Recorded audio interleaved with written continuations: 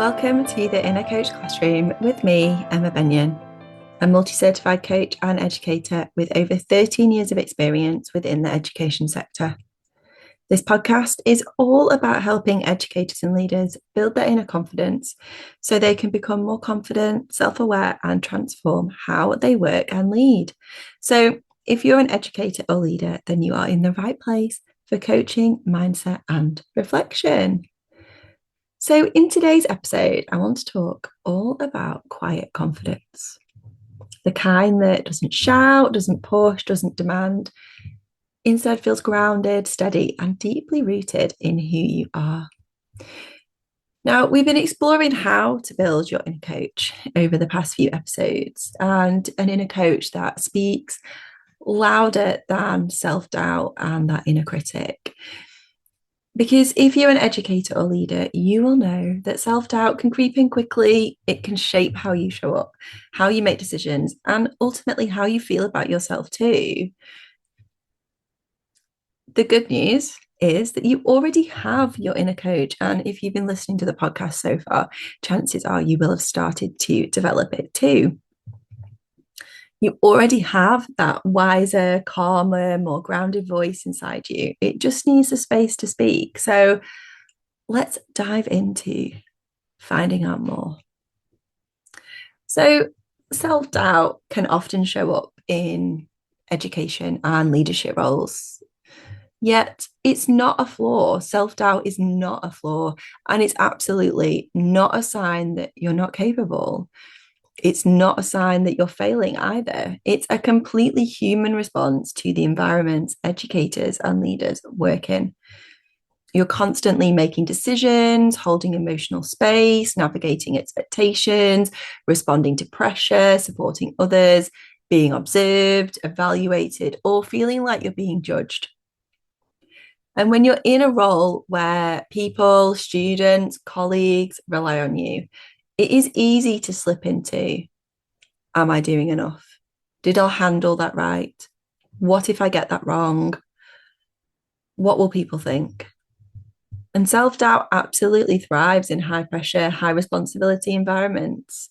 So if you feel it, it's completely normal. It means you're human, not that you're unqualified. Now, as we said before, we have these two internal voices. We have our inner critic and our inner coach. The inner critic, that voice is loud, it's reactive, and often fear-based because it wants to keep us safe.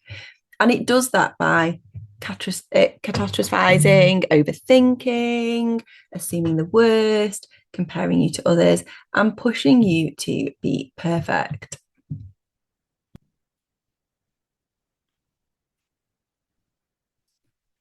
It's not trying to hurt you. It's trying to protect you. It's just not potentially very skilled at it. And it can be quite annoying, that noise in your head that's saying, you're not enough. What are you doing? Whereas our inner coach, this is the voice that we want to develop, that we want to become louder. Yet it's quieter, but wiser. It's grounded, it's compassionate, it's curious, reflective, supportive, and it's steady. It doesn't shout, it doesn't panic, and it doesn't judge. It guides us. And all of the things that we've been talking about on the podcast, around strengthening that voice, so it becomes the one that you hear first, not the one that you hear last, is crucial as an educator and leader. So when we think about what our inner coach sounds like, I want to make this really practical. So here's some examples. So our inner critic might respond, you should have handled that better. Whereas our inner coach would say, what can I learn from that moment? Our inner critic might say, you're not doing enough. And our inner coach, what do I need right now to feel supported? Inner critic, everyone else is coping better than you. Inner coach, I'm human and I'm doing the best with what I have. Now, when you hear the difference, you can absolutely feel the difference. One voice might make you feel tight and frustrated and annoyed. The other softens and calms and grounds you. Now, There's 3 ways that you can absolutely strengthen your inner coach. And I'm going to share some simple, powerful practices that you can absolutely start using today.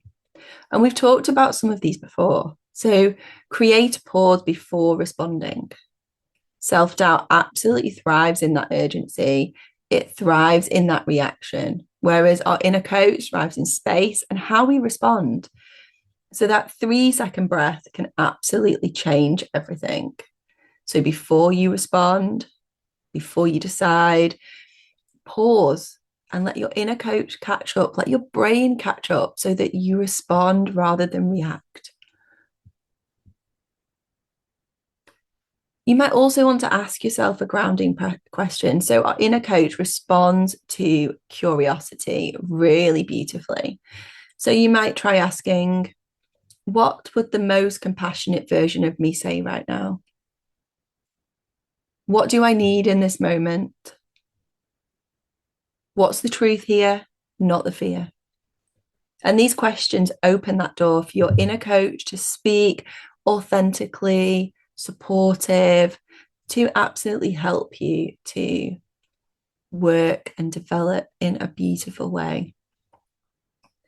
And finally, reframing the moment. So thinking about how, you reframe those phrases that inner critic might use to, bring that negative bias in.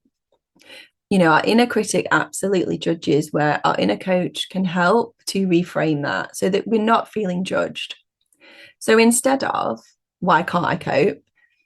Try, what is this moment trying to tell me?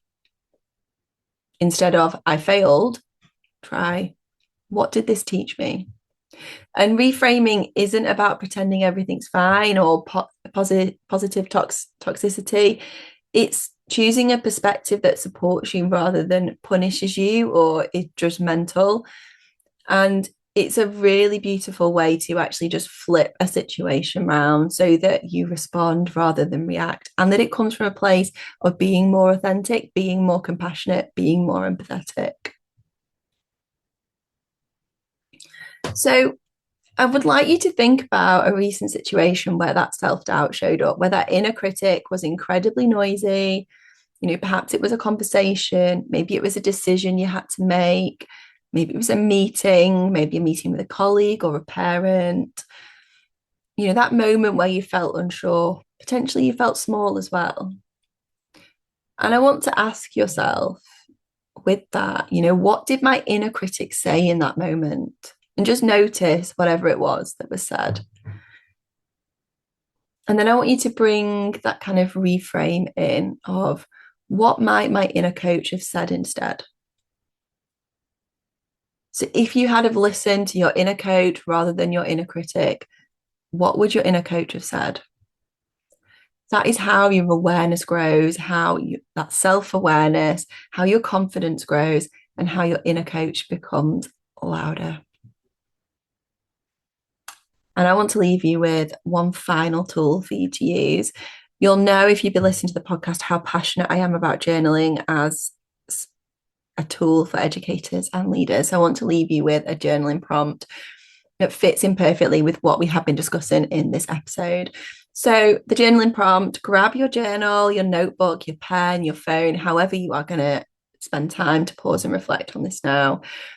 And the prompt is, what does my inner coach want me to know about the way I'm showing up right now? Try and write without editing, without that judgment.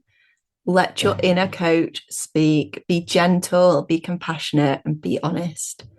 This is how we build that quiet confidence from the inside out, building our inner coach. Thank you so much for joining me for today's episode on the Inner Coach Classroom podcast.